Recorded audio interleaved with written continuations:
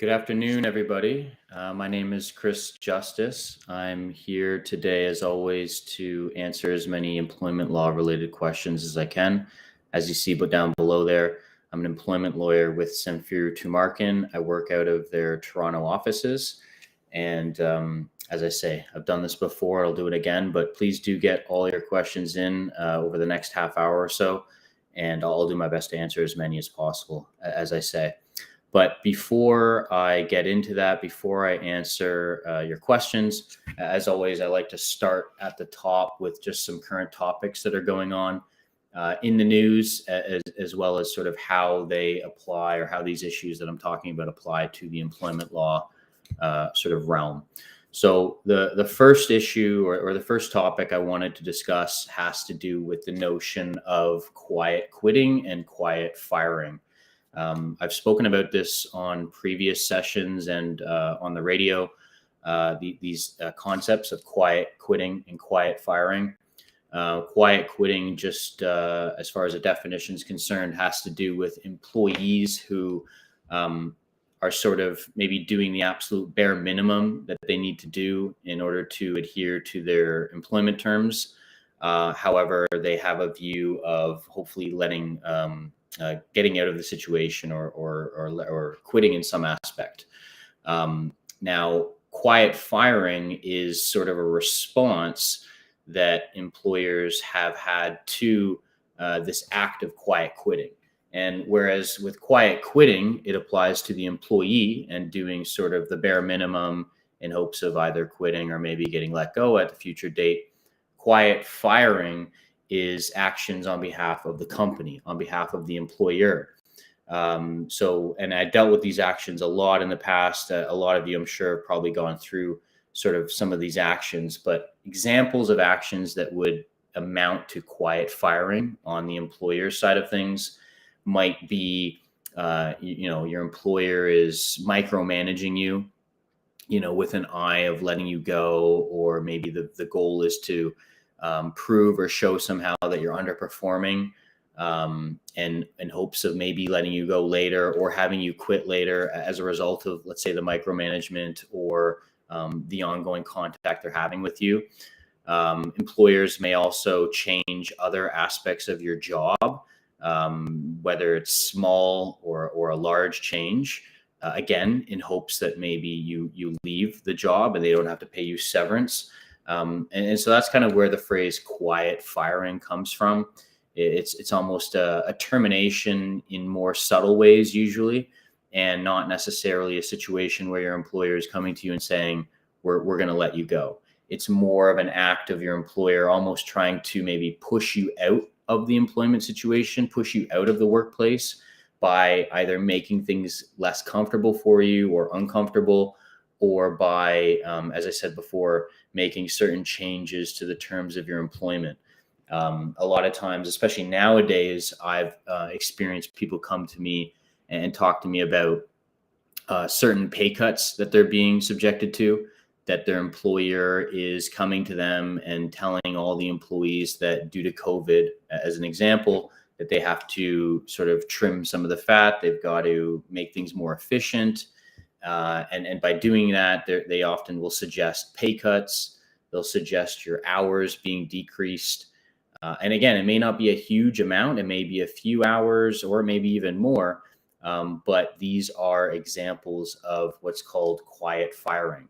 And a lot of times people I speak to, whether it has to do with pay cuts or their boss micromanaging them, or their boss maybe alleging things that maybe they're not performing well, and there's a dispute as far as the performance issues are concerned. These are relatively common, unfortunately. And if you find yourself to be in a position where you feel like you're, again, experiencing this issue of quiet firing, and you're feeling like you're being pushed out, or your employer is doing certain things that you're not agreeable to, and it's making you wonder about your employment situation or the relationship you have with the company, I would say contact us first before you have any in-depth conversations with the employer.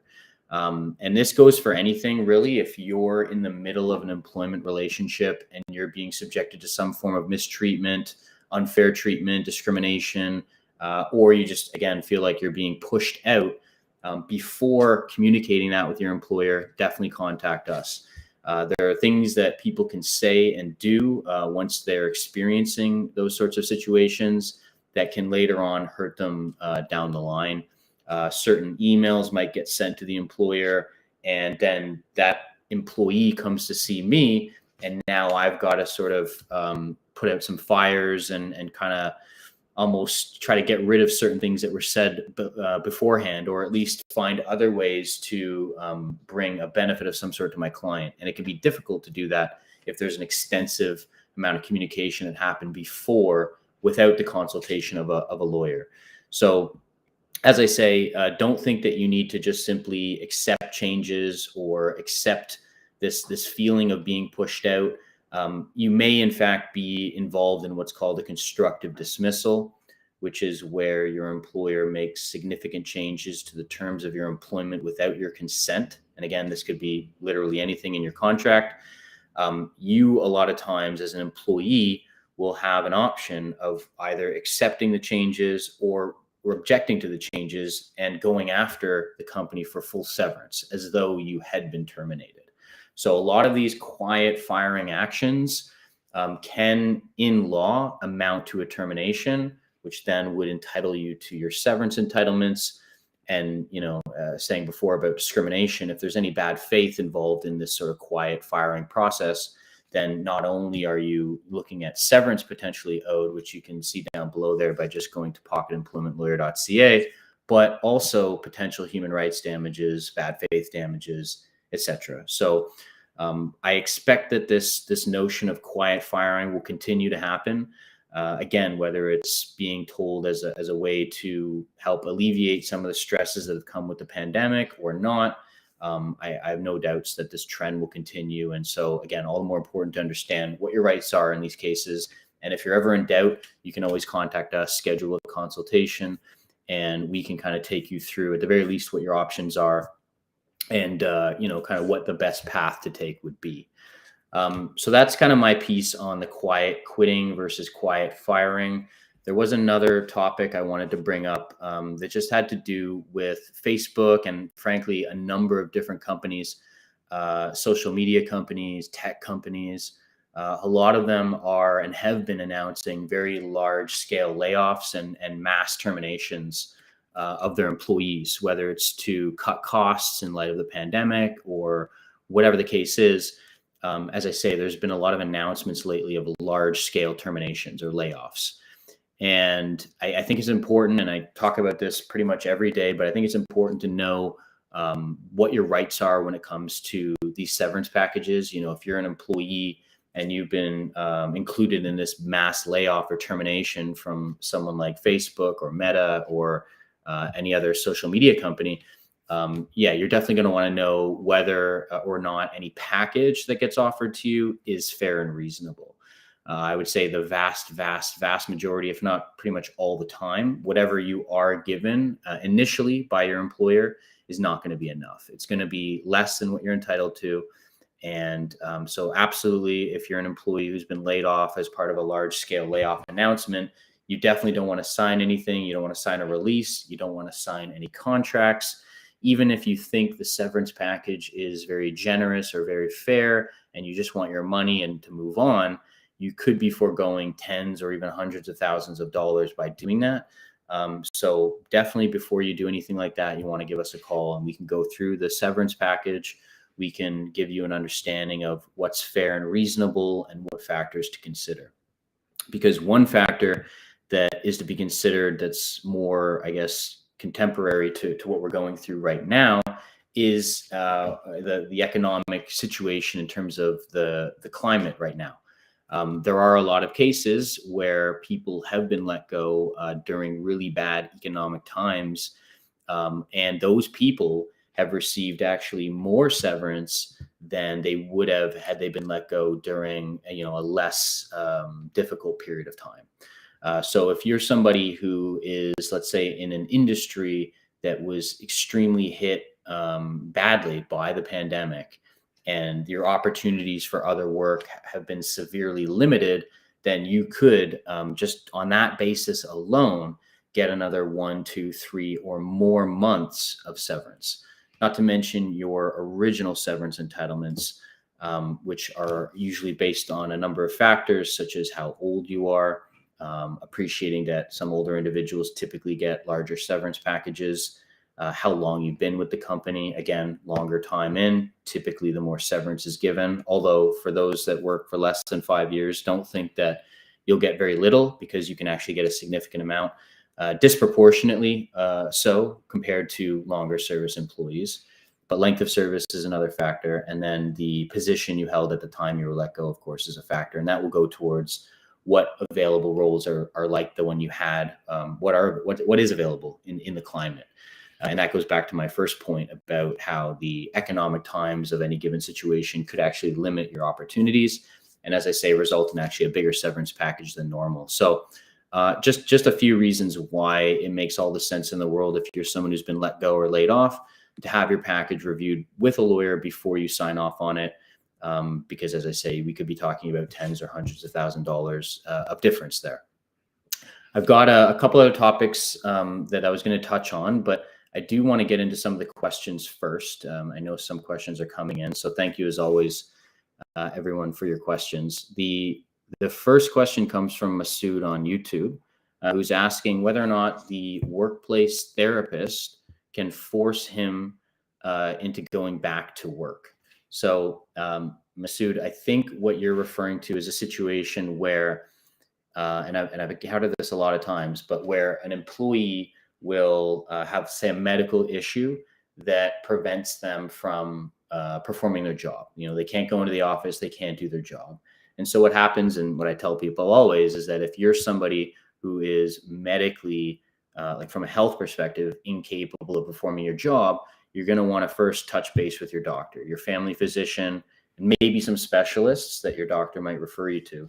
But you're going to want to touch base with your family physician and get the support from your family doctor, as I say, and others potentially, to support that absence, to basically speak to your limitations or restrictions in your ability to perform your job. It doesn't mean you have to disclose any diagnosis or sort of pre-existing history necessarily, but at the very least to show your employer that you are limited in performing your job, you know, in the following ways, whether it's, you know, you can't lift something of a certain weight, maybe you can't sit down for a prolonged period of time, but there's going to be some usual limitations or restrictions that you're going to have that will prevent you from performing the tasks of your job. And so that's this kind of support you're going to want to get from your doctor, and then you want to submit that to your company in order to maybe support a leave of absence. It could be a paid leave, it could be a disability leave, but that's generally a starting point.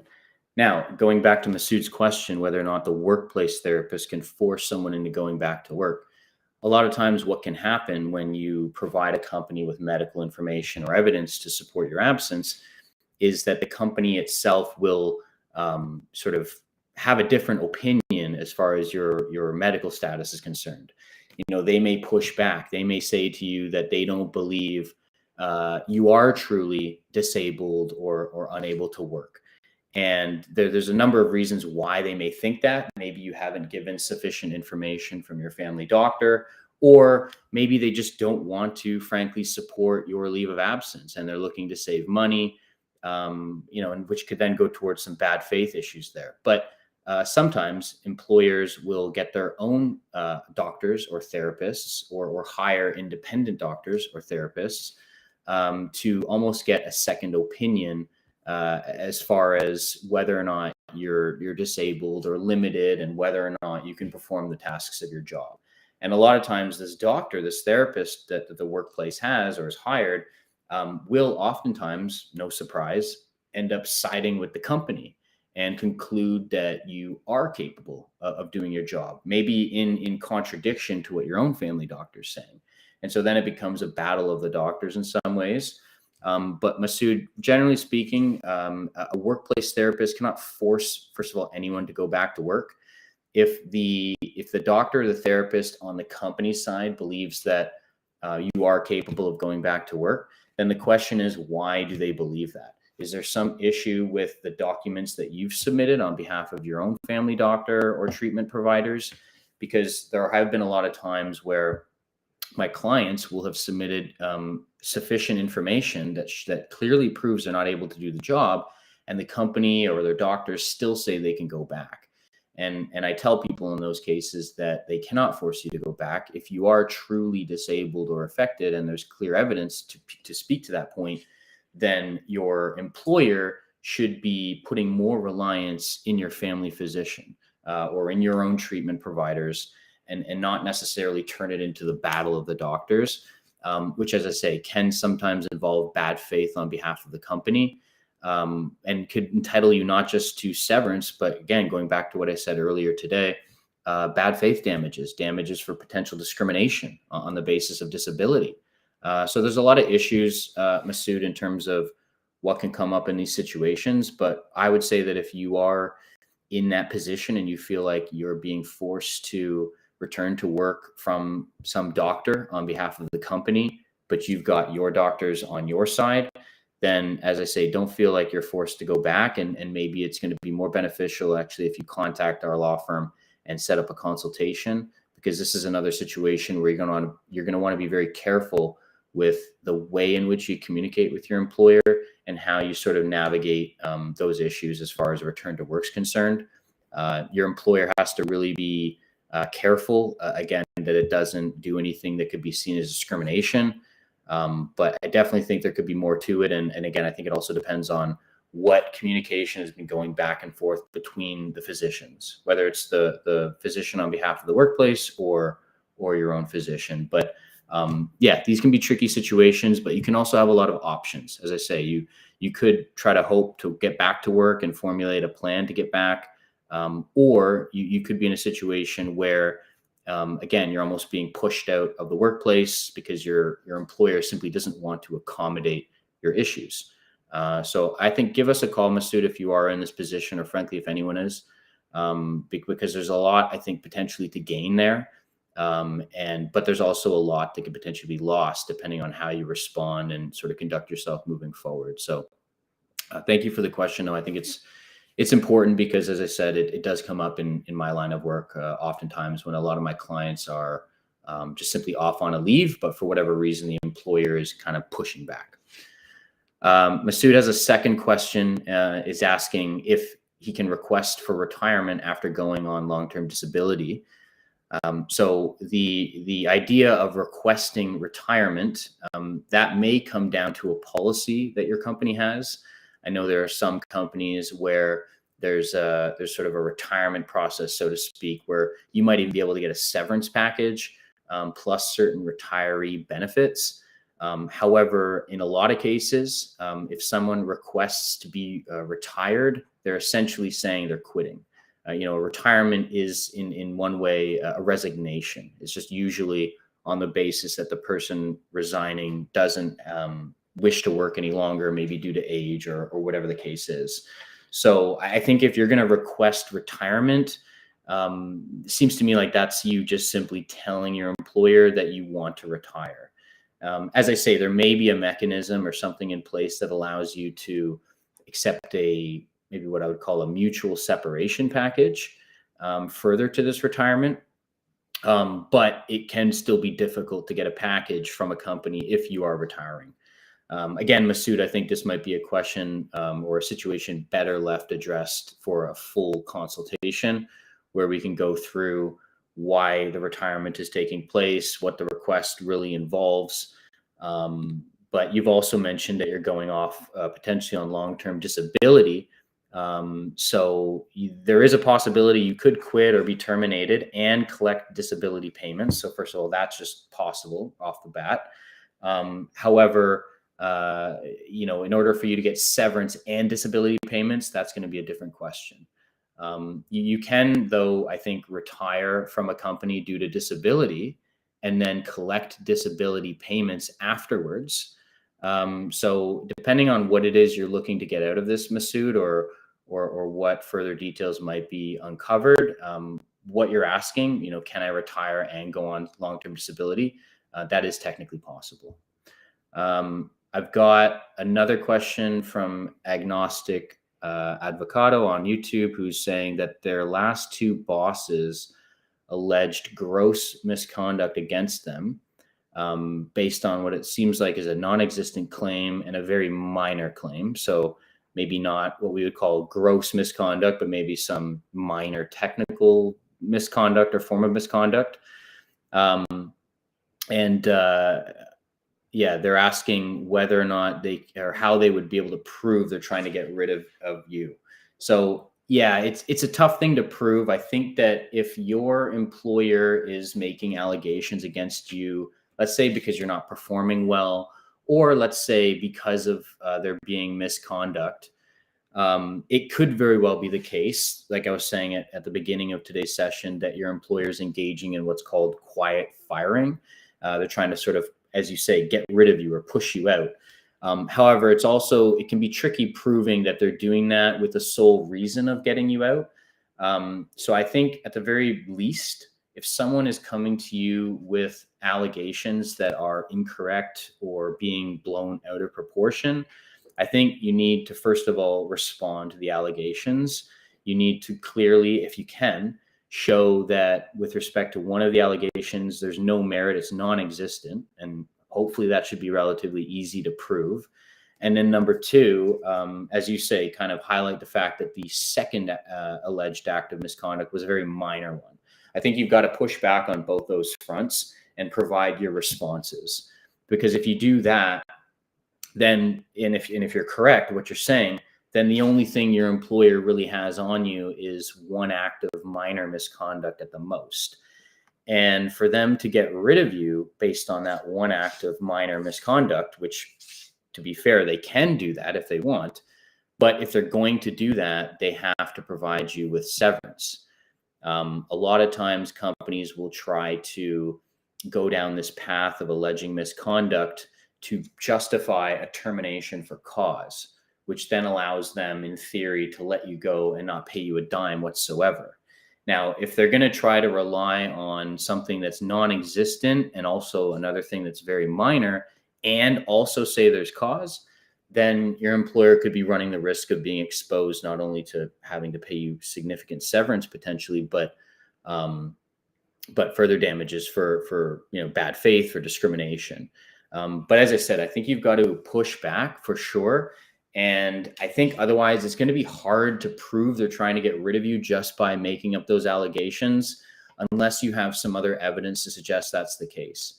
Like there may be some context that I'm not aware of between you and your last two bosses, where you might think, well, this is evidence of them trying to get rid of me, and now they've come to me with these allegations, and you can try to maybe put the pieces together and sort of create a situation that you're saying in terms of getting rid of you. But if you don't have that and it's just circumstantial and you're just thinking, well, it seems like they're getting rid of me, then for sure it can be a lot more difficult to prove. But I think at the very least you need to push back. And then if your employer is going to take whatever action it takes in the future, at least you have a record, a paper trail of your objection.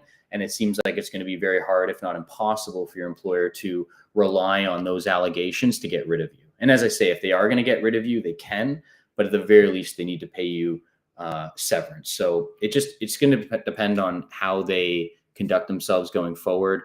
And whether I think they terminate you for cause or not. But thank you for your question. I appreciate it. I've got another question in from JR on YouTube, who's asking what a negotiation method I would use or advise for a contractor. So sorry, JR, you're asking for a contractor to get an extension and perform as a full-time internal employee at a company. Okay, so just so I'm clear, JR, I think what you're saying is, if I'm a contractor working for a company, what's the best way to negotiate me changing with that company from being a contractor to being an employee? I think one way to negotiate would be to show the benefits of you being an employee versus a contractor. I think a company in general is going to be more open to negotiating something with you, and this may be pretty common sense, but they'll be more open to negotiating with you if they can see the benefit on their side. If they can't, if there's no benefit, then ultimately it's going to be up to that employer's discretion. Now, I do want to say another thing, which is, JR, if you or somebody is a contractor at a company, or you're being told that's what your role with the company is, but day to day, you're performing the duties of an employee. You're just acting in a way that an employee would act, even though you have a label as a contractor. It may be the case simply that you are an employee, that there doesn't need to be, like say, a formal changeover or redefinition of your status with them. Somebody can be called something, but then when you look behind the scenes at what they do day to day, they're actually something else. And this happens a lot when it comes to contractor versus employee issues. A lot of people come to me saying they're a contractor, believing they're a contractor, but all signs are pointing towards them being an employee, and they're being treated like an employee. And then when it comes time for them to be let go, their employer is saying they're not an employee and they're not owed severance. But then that's when you kind of bring up all the ways in which you are an employee. So, JR, it may not be necessary to negotiate that change, but in terms of the negotiation method, it's just going to depend on how much leverage you have too. How good of an employee or how good of a worker are you? I think the better someone is, the more value someone brings to a company. It just goes to stand that, likely the company's going to be more open to maybe working with them or negotiating something with them. Now that may involve you giving up some things, but I think you really got to start from that point of, this is what I can bring to the table. This is what I have brought to the table. This is why I think this employee, changeover is beneficial for you, is beneficial for me. That's generally the negotiation method I would use. There may be a contract or something you might have signed that could help you, depending on what's contained in there. And it would otherwise just be a question of what are you really at the end of the day. If we just drop the labels and look at you, examine how the relationship works, that may simply be enough, especially if your employer doesn't want to switch you to a quote unquote employee. You still may be viewed as that in the eyes of the law and have some options there. But thanks, JR. And JR, you're just following up saying that you wanted medical benefits. And I realized that a lot of contractors aren't given medical benefits. Again, it's just going to be up to the discretion of the company. I know benefit plans, a lot of them require someone to be termed an employee, or the benefit policy might have certain terms in it that need to be satisfied before you can go on those benefits. So there may be something there. Maybe as an alternative to benefit package, you ask your employer to compensate you, in a monthly amount similar to what an individual benefits plan would cost you, whether it's $300, $400, $500 a month. That could be another thing too, to kind of get around you being put on benefits, but at least getting the benefit of that plan, or at least of something. But thanks as always, JR, for the question. I've got another question in from Teresa on YouTube, who's saying that their employer terminated them from work as of October of last year for not taking the vaccine. Teresa says she appealed it. The appeal was accepted, and there's a hearing date for October 26th of this year, which, or I guess would have been the case, but it was canceled. So first of all, just generally, if you're someone who's been let go for not complying with a company's vaccine policy, do not think that you are dead to rights, that you have no options. You definitely do have options, and your options may include a substantial severance package. That's just a general point off the top. If someone's in that situation, give us a call. I've been dealing with that a lot. A lot of my colleagues have been dealing with that a lot, as far as people losing their jobs or being put on leave for not complying with the vaccine policy. And we have successfully got them packages, and we've settled cases. So that's number one. Teresa, you say that you appealed the vaccine and had a hearing date. Now, I don't know what you're talking about specifically, Teresa. I think you may be talking about EI benefits, because I know a lot of people were denied EI benefits and have appealed the EI decision. And unfortunately, even with those appeals, Service Canada has continued to deny people EI benefits. What I say in those cases is just to keep appealing as much as possible until there's a hearing, and have that hearing held. At the end of the day, Service Canada is going to make the decision they're going to make, but at least you've gone through all the steps in that process to the extent that you're able to. Now, Teresa, you're saying your October date was canceled, and now there's another hearing for sometime in March. And it seems like there's an issue with your employer not being prepared, and maybe that's why the new hearing date was given. To be honest, Teresa, it seems like there's a lot of information here, and I think it would involve me having to really dissect what's been going on in your case, what your lawyer's been doing, what the employer's been doing. So it's hard to really give you advice, Teresa. All I can really say is maybe consider giving us a call. I'm happy to talk about it, without saying I'm going to take over the case or we're going to take over the case. At least we can give you some more information and break it down a bit further for you, to the extent possible. But as always, I appreciate the question. I've got another one in from M. Romero on YouTube, who is asking, how can you complain about bias hiring with your employer, or at least get to find out, or at least, how can you complain about biased hiring with your employer, or at least what to get to find out? It's hard to confirm what biases your employer or your prospective employer has when it comes to hiring, unless there's something specifically that's been said or documented that would suggest they're focusing on only hiring certain individuals, whether it's of a certain race, gender, it doesn't matter. Then of course that's going to be a huge problem for the employer. But if there's no, or the prospective employer, but if there's no evidence, no clear evidence that suggests biased hiring, then it's going to be impossible for you, or very hard at least for you, to prove that, especially if they haven't hired you yet. So I think, M. Romero, it would depend on what evidence you have to suggest there's bias and how that specifically applies to you, because full well that any employer or prospective employer, in the face of an allegation that they're biased, is going to say that's not the case, that they're neutral, they're partisan, they're non-biased. And so that's going to then, the onus is going to flip to you to prove that. But I think if all you have is a suspicion and maybe not so much proof, then I do not believe that will give you the right to, ask the employer a bunch of questions, or maybe subject them to some sort of process to find out. So it's going to be very difficult, but I think it also depends on what you have. So, Romero, if you do have anything, definitely let me know. But otherwise, I think that's probably as far as you'd be able to take it. I've got to go soon, guys, as it says down there. Thanks for joining us. I will answer one more question, though, before I leave. I appreciate all the questions. I've got a question in from Marcus F., who's asking, if my boss threatened our team will be shut down at our location and shipped overseas, is that a form of retaliation? So, Marcus, it'll depend again on what proof you have to show that it's retaliation, and what evidence your boss has to shut down and ship things overseas. If your company is shutting down, or there's some sort of restructure going on generally, then it's going to give them an out to say, this is why we're doing what we're doing.